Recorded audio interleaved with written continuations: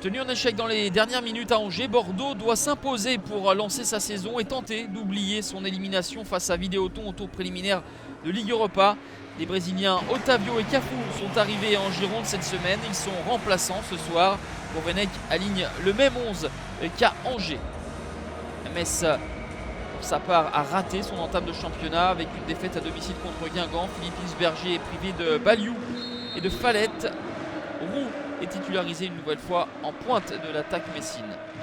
Première période plutôt terne, sans trop d'inspiration, de mouvement ni de justesse technique de part et d'autre. Il faudra donc attendre la 44e minute et c'est éclair de Valentin Vada. Le contrôle orienté et la frappe enchaînée, puissante, précise pour tromper Thomas Didillon.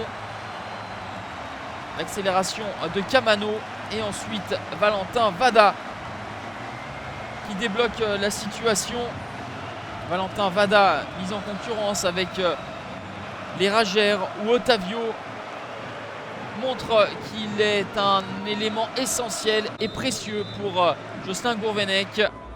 À la pause donc 1-0 pour les Girondins grâce à cette illumination de Valentin Vada.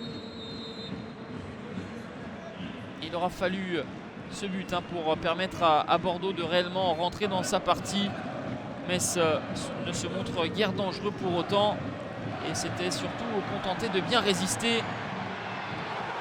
Mais les Messins vont craquer une nouvelle fois à la 64e minute. L'excellent travail du Brésilien Malcolm pour l'inévitable Younous Sankaré, auteur de 4 buts, toutes compétitions confondues sur les 6 inscrits par les Girondins. 2 face à Vidéoton et 2 en Ligue 1 Conforama pour le Sénégalais Younous Sankaré. Bordeaux maîtrise cette deuxième période et a enfin trouvé du rythme et un mouvement acceptable aux yeux de Jocelyn Gourvenec. Une frappe du pied droit de Malcolm qui est claquée par Thomas Didillon. Les Girondins séduisants dans ce deuxième acte. Le retourné acrobatique d'Alexandre Mendy. Didillon une nouvelle fois vigilant. A noter la sortie de Bizevac à la pause, remplacé par Niakate, ce qui explique peut-être le flottement dans cette défense messine.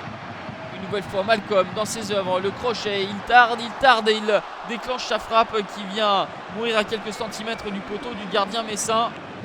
Une gourmandise pour Malcolm qui aurait pu être payante.